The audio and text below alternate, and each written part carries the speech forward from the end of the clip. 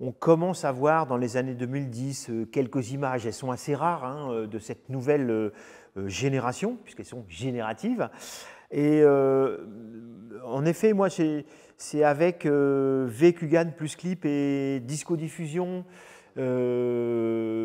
avec des interfaces qui commencent à devenir, je dirais pas agréables, mais je dirais utilisables. Utilisables sans compétences réelles informatiques. Voilà. C'était un peu pénible, mais on pouvait déjà faire des choses. Enfin, on commence à avoir vraiment les prémices de l'accessibilité et de la puissance. Voilà, ça ressemble à un terminal presque Minitel, mais il n'y a pas de code et on commence à pouvoir générer des images. Et là, je dirais, ce qui est intéressant, c'est qu'il y a quantité de chercheurs que ça a passionné assez vite. Hein. Le grand public n'est pas encore dessus, mais les artistes, beaucoup d'artistes commencent à se dire qu'est-ce que je peux faire avec ça, et on commence à voir émerger quelques images. Et en effet, alors vous, je crois que c'est avec VQGAN hein, que vous avez commencé à… Oui, je pense que j'essaie de me rappeler. Je pense que même un peu avant, j'avais déjà en fait essayé avec des algorithmes qui existaient avant de deepfake, qui étaient donc des style transferts. J'avais déjà commencé à essayer de faire des choses. Et ça, c'était encore plus pénible parce que là, il fallait que j'entraîne moi-même le modèle. Ouais. Je passais par exemple 3 jours à essayer de faire quelque chose qui ne marchait pas. Ouais. Et donc, c'était quelque chose que je gardais dans un coin en me disant, à un moment ou à un autre, ce sera utile, mais comme c'est une performance technique, ça prendra peut-être du temps. Et même à ce moment-là, je ne voyais pas l'accélération venir, en fait. Ouais.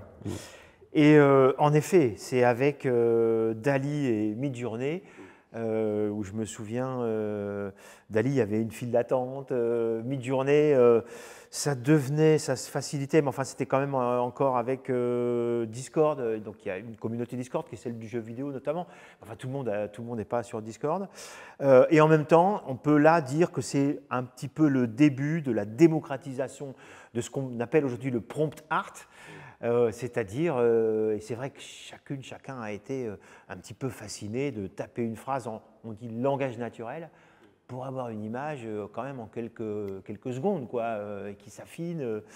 C'est bluffant. Et là je pense que c'est Midjourney. Vous avez été pas mal utilisateur de Midjourney? Beaucoup, ou en tout cas parce que c'était vraiment l'outil, on va dire, le plus pratique. Ça m'a intéressé au final parce que toutes ces images génératives, même que je faisais avant, elles étaient intéressantes presque parce que c'était des images pauvres, des images ratées. Avec les outils de VQGAN, Clip, même disque diffusion, il y avait quelque chose de difforme, d'informe qui rendait l'image peut-être intéressante. Et il y a eu ce basculement, évidemment, où tout d'un coup, l'image artificielle devenait intéressante parce qu'elle était réussie, parce qu'elle arrivait à reproduire de plus en plus fidèlement la réalité. Et il y a eu ce basculement-là. Et on va dire qu'au moment où donc, je travaillais dessus, c'était Midjourney qui était le plus à pointe. Et au début, c'était DALL-E, il y a eu un moment de Stable Diffusion, il y a eu un moment de Midjourney. C'est des outils, ça reste donc des choses qui évoluent au fil du temps. Et puis, en effet, ce qui l'a rendu… L'IA générative, c'est dans le mode texte, ChatGPT qui a fasciné tout le monde et souvent d'ailleurs arrivé dans les foyers par les collégiens lycéens qui ont su en faire très bel usage très tôt. Et là, la presse, les médias se sont enflammés avec encore une fois la même question qu'à l'époque de Deep Blue, allons-nous disparaître ? Si on regarde un petit peu l'histoire, à l'invention de la carte perforée et de l'automatisation des métiers à tisser, il y avait déjà cette peur qu'on retrouve, qui est exploitée d'ailleurs politiquement régulièrement, et on est toujours là. Et puis le dernier, ce qui dit vraiment maintenant aujourd'hui que c'est banalisé, c'est, je dirais, Photoshop, que tout le monde connaît au moins de nom et beaucoup en utilisateurs, est en train de le banaliser puisque la dernière version bêta permet au moins de faire des remplissages génératifs. Donc là, ça veut dire que ça y est, c'est définitivement pour le plus grand nombre, quoi. Oui. Là, Photoshop, je ne sais même pas si c'est le plus grand, en tout cas, c'est là où ça devient vraiment une utilisation, on va dire, dans des workflows techniques réellement, on va dire, employés. C'est un emploi concret. C'est pour ça que, par exemple, il y a quelque chose de différent par rapport, on va dire, à toutes les modes un peu de la Silicon Valley sur le Bitcoin, les NFT, etc., où c'est des arguments financiers derrière. Là, on a tout de suite des usages concrets qui ont été vus et donc aussi qui sont peut-être plus inquiétants justement sur comment on construit la société, puisque ça va remplacer des tâches humaines qui étaient jusqu'à maintenant en fait faites par des créatifs, par des gens, par des techniques, par des gens qui donc avaient un boulot là-dedans. Et en effet, la tendance aujourd'hui, pour dire à quel point ça s'est On peut dire que oui, ça a littéralement explosé en un an. Hein. Et la tendance actuellement sur TikTok, c'est de mettre des listes qui sont de plus en plus nourries par tous ces outils gratuits, payants, en test au début, etc., etc. Et avec, c'est ça qui est intéressant, des spécificités orientées vers tel ou tel type d'action automatisée. Alors,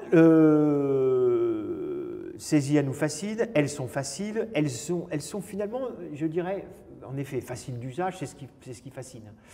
Et en même temps, une fois qu'on a fait un prompt ou deux, bon, ok, on a compris, c'est génial, mais si on veut aller un petit peu plus loin, quels conseils vous donneriez sur la rédaction des prompts? Au début, moi j'étais tenté à de le faire en anglais, puis je me rends compte que finalement on peut le faire aujourd'hui dans toutes les langues, j'imagine. Je suppose. Après, je pense que la compréhension de langage naturel en anglais sur des outils qui sont généralement américains actuellement, ça ne peut pas gâcher. Ça va aider. Alors après, l'usage des prompts. Moi, j'ai un rapport à ça. Je vois qu'il y a beaucoup de gens qui veulent, par exemple, qui veulent se faire un métier là-dedans en disant je vais vous donner des conseils parce que il faut que si je vous donne des prompts, vous allez avoir mon secret pour faire des belles choses. Je pense que l'outil bougeant assez vite, en fait, c'est pas un vrai. On peut obtenir les mêmes résultats avec des choses complexes et des choses non complexes. Il n'y a pas. Comme c'est pas encore une fois une calculatrice, il n'y a pas un outil A plus B pour avoir des résultats. Ah oui. Et ça évolue, les algorithmes derrière évoluent, les modèles évoluent, ils essayent d'adapter par rapport aux usages en permanence. Et donc, essayer de se dire, ah tiens, je vais avoir cette espèce d'élément clé de langage qui va créer ce résultat, comme si c'était comment on dit dans le jeu vidéo, un cheat code, hein, comme un mot de passe qui va créer quelque chose d'exceptionnel. J'y crois pas trop. Alors vous, les prompts, les vôtres par exemple, est-ce que c'est plutôt une phrase ou parce qu'on peut en fait, on peut aller, ça peut être quasiment un paragraphe. Hein. Ce qui va m'intéresser en fait, c'est presque de répliquer l'idée de la boucle de récursion, donc du feedback loop. Généralement, je construis des images sur du long terme, c'est-à-dire que moi, plus qu'un prompt ou une image qui m'intéresse, comme pour arriver à créer, ce qui m'intéresse, c'est de générer des choses avec donc, des mots, mais aussi avec des images, qui vont faire des images, de reprendre ce qui sort des IA pour les remettre dedans et commencer à itérer, jusqu'à que j'affine en fait des concepts visuels et des idées ou des mélanges en fait d'idées jusqu'à que je n'arrive plus à retrouver la source des prompts. C'est plus ça qui va m'intéresser. Donc ça devient plus un processus créatif, accompagné par l'IA, où j'essaye d'affiner un peu ce qui m'intéresse moi, mais intellectuellement. Alors c'est ça que je trouve intéressant, intellectuellement bien entendu, mais même aussi en termes de culture de l'image ou de regard. Est-ce que finalement la différence ne se fait pas, et j'ai l'impression que c'est ce que vous me dites, par l'idée d'amélioration, et pour améliorer une image qui a été générée par un prompt, ce n'est pas qu'une question de langage, c'est aussi une question de regard. Oui. Donc, encore une fois, on va revenir à du Duchamp, mais si justement je peux appeler un urinoir de l'art, qu'est-ce qui est la position de l'artiste? Et ça a déjà été répondu, cette question de la part de Duchamp, c'est le choix. C'est l'acte en fait intellectuel de dire à un moment ou à un autre, je dis ça c'est de l'art, j'ai fait des choix, parce qu'on est face à des outils génératifs qui peuvent créer en quelques secondes des millions d'images et faire toutes les variations possibles. Qu'est-ce qui va faire la différence? C'est qu'il faut faire un choix parmi tout cet éventail de possibles et décider c'est ça qui a de la valeur, c'est ça qui est important, c'est ça que je garde parmi des milliers d'images. Ce qui renvoie d'ailleurs à il y a 1000 façons de faire de la photographie, mais si j'en gardais deux là maintenant en discutant avec vous, je dirais il y a celui de l'instant décisif de l'image seule ou avec l'émergence du moteur en photographie, le fait d'avoir un mur d'images et de se dire c'est celle-là. Et là, c'est la question du choix. Et finalement, j'ai envie de dire, l'image qui reste, qu'il n'y en ait eu qu'une ou qu'il y en ait eu 1000, elle a été choisie parmi toutes où elle est seule, mais c'est le choix qui fait la différence. Et cette idée de choix, notamment sur Discord, quand on en a 4 et on va pousser celle-là, on va pousser celle-là, l'idée du choix, c'est une des actions humaines artistiques essentielles. Hein. Oui, en tout cas je pense oui, c'est qu'au bout d'un moment, c'est le contrôle.